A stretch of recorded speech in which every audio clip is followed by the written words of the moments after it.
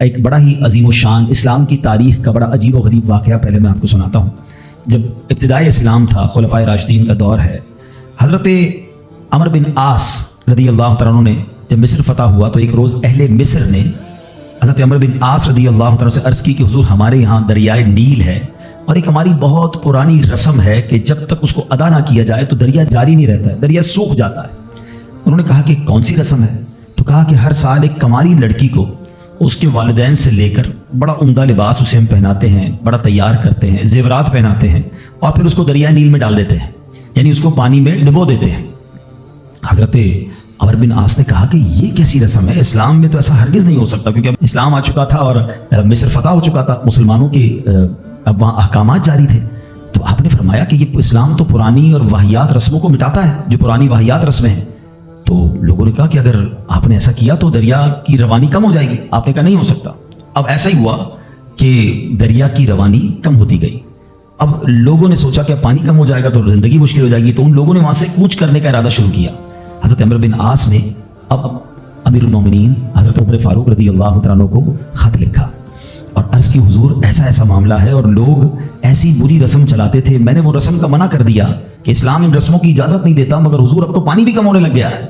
اللہ اکبر۔ حضرت عمر بن خطاب رضی اللہ تعالیٰ عنہ کی شان دیکھیں، امیر المومنین نے ایک خط لکھا اور کہا کہ یہ رکا جو ہے دریائے نیل میں ڈال دینا۔ آپ نے ایک خط لکھ کر بھیجا کہ یہ رکا جو ہے دریائے نیل میں ڈال دینا۔ حضرت عمر بن عاص کو جب وہ رکا پہنچا، وہ لیٹر پہنچا، تو آپ نے اس لیٹر میں کیا دیکھا کہ لیٹر میں لکھا تھا، اے دریائے نیل، اگر تو خود جاری ہوتا ہے تو نہ جاری ہو اور اللہ کے حکم سے جاری ہوتا ہے تو میں واحد قہار عز و جل سے عرض گزار ہوں کہ تجھے جاری فرما دے۔ حضرت عمر بن عاص نے وہ رکا جو ہے دریائے نیل میں ڈالا۔ اللہ اکبر، ایک رات میں دریا کا پانی 16 گز بڑھ گیا، اور وہ دن ہے، آج کا دن ہے، دریائے نیل کبھی سوکھا نہیں ہے۔ مصر سے وہ رسم ہی ختم ہو گئی اور سبحان اللہ دریائے نیل جاری و ساری ہے۔ اللہ اکبر۔ اس ایک واقعے میں بہت کچھ ہے سیکھنے کو۔ پہلی بات تو کیا سیکھنے کو ملی کہ چاہیں تو اشاروں سے اپنے کایا ہی پلٹ دیں دنیا کی، چاہیں تو اشاروں سے اپنے کایا ہی پلٹ دیں دنیا کی، یہ شان ہے ان کے غلاموں کی، سرکار کا عالم کیا ہوگا۔ حضرت عمر کی شان دیکھیں، حضرت عمر کے واقعات اگر پڑھیں نا، جو لوگ کرامات کے منکر ہیں یا جو لوگ اولیاء کرام کی جناب کمالات کو نہیں سمجھ پاتے، صرف حضرت عمر کی سیرت کو پڑھ لیں۔ حدیث کی کتابوں میں مضبوط روایتوں میں یہ واقعات موجود ہیں۔ ایک بار حضرت عمر کے دور میں زلزلہ آیا، تھوڑے عرصے پہلے بھی کئی ملکوں میں زلزلہ آیا، بڑی تباہی آئی۔ لوگ کہتے ہیں ارتھ کوئک آ جائے تو رکتا نہیں ہے۔ ایک تو شان مصطفیٰ ہے کہ نبی پاک نے احد پہاڑ پر ٹھوکر لگا کر فرمایا تھا، اے احد رک جا، تجھ پر ایک نبی، ایک صدیق اور 2 شہید موجود ہیں۔ آقا نے ٹھوکر لگا کر زلزلہ روکا تھا۔ ایک بار حضرت عمر کے دور میں زلزلہ آیا تھا اور حضرت عمر نے کوڑا نکال کر، درہ نکال کر زمین پر مار کر فرمایا، اے زمین رک جا، کیا عمر تجھ پر عدل نہیں کرتا؟ اور زمین ساکن ہو گئی۔ اللہ اکبر۔ حضرت عمر رکا لکھتے ہیں دریائے نیل کے نام اور پھر دریائے نیل جاری ہو جاتا ہے۔ تو اے میرے پیارے اسلامی بھائیوں، ایک بات تو یہ پتا چلی کہ اللہ تعالیٰ جسے چاہے کوئی کمال عطا فرمائے، وہ رب کی عطا ہے۔ یقیناً اگر کسی اللہ کے ولی کے پاس، کسی صحابی کے پاس، کسی نبی کے پاس، ہاں یہ بات یاد رہے کہ انبیاء کے پاس جو کمالات ہوتے ہیں، جو حق کی دلیل کے لیے وہ پیش کرتے ہیں، وہ معجزات ہوتے ہیں، اور ایسی بات جو ہماری عقل میں نہ آئے، کسی اللہ کے ولی سے ہو، صحابہ سے ہو، تو اسے ہم کرامات کہتے ہیں۔ تو یہ سب اللہ کی عطا سے ہوتا ہے۔ بہرحال ایک تو یہ پتہ چلی۔ دوسری بات کیا پتہ چلی کہ اسلام جو ہے وہ کیسی کیسی واہیات رسمیں تھی جس کو ختم اسلام نے کیا، اور عورتوں کا کیسا گھٹیا اور کیسا جس کو آپ کہیں کہ واہیات استعمال تھا کہ جوان لڑکی کو ہر سال تیار کر کے دریائے نیل میں ڈال دیا جاتا تھا، غرق کیا جاتا تھا۔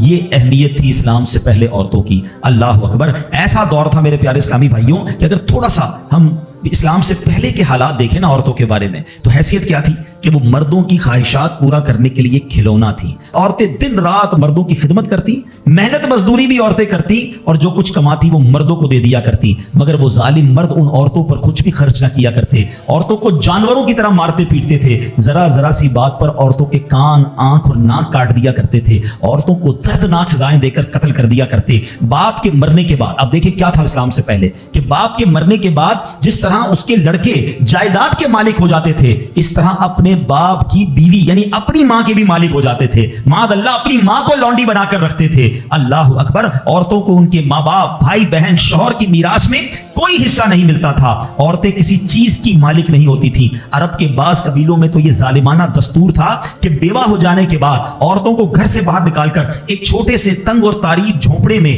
1 سال کے لیے قید رکھا جاتا۔ کھانے پینے اور تمام ضرورتیں وہ اسی جھونپڑے میں پوری کیا کرتی تھی۔ بہت سی عورتیں گھٹ گھٹ کر مر جاتی، جو زندہ رہ جاتی تو 1 سال بعد ان کے دامن میں اونٹ کی مینگنیاں ڈالی جاتی اور ان کو فورس کیا جاتا کہ کسی جانور کے بدن سے اپنے بدن کو رگڑیں، پھر اسی گندی حالت میں پورے شہر پر ان کا چکر لگایا جاتا تھا اور گویا یہ اعلان ہوتا تھا کہ اس عورت کی اب عدت ختم ہو گئی ہے۔ اللہ اکبر، ایسی رسمیں تھی، ایسے رواج تھے۔ عورتیں بلبلاتی، روتی، تڑپتی، مگر ان عورتوں کے زخموں پر کوئی مرہم رکھنے والا نہیں تھا، کوئی فریاد سننے والا نہیں تھا۔ اللہ اکبر، 12 ربیع الاول کی صبح صادق کے وقت کائنات میں ایک ایسا نور جلوہ گر ہوا، ایک ایسی شخصیت آئی جہاں جس نے جہالت کے اندھیروں کو ختم کیا، وہاں ساری دنیا کی عورتوں کے لیے ایک ایسے دکھ کا مداوا بن کر آئے۔ نبی پاک علیہ السلام ایسے احکامات لے کر آئے، اتنی پیاری شریعت اور مذہب لے کر آئے جس میں اللہ کے دین نے عورتوں کو ایسا مقام عطا کیا کہ سبحان اللہ، عورتوں کی قسمت کا ستارہ چمک اٹھا۔ اسلام کی بدولت ظالم مردوں کے ظلم و ستم سے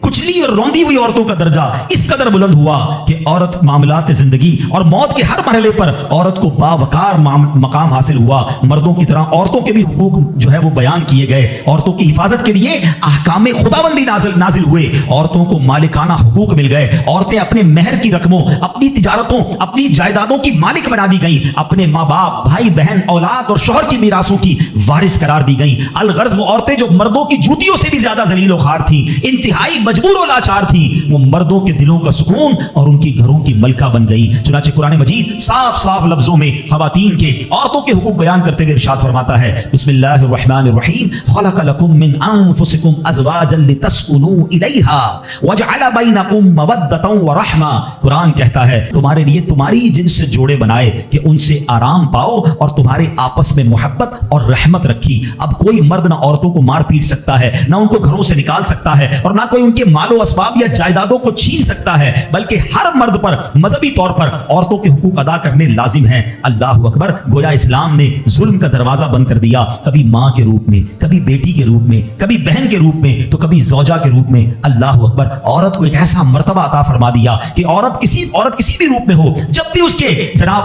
حقوق تلف کیے جائیں گے، نا انصافی کی جائے گی، اسلام وہاں پر اپنا کردار ادا کرتا ہے۔ اسلامی قوانین سامنے آتے ہیں، عورتوں کے حقوق بیان کیے جاتے ہیں۔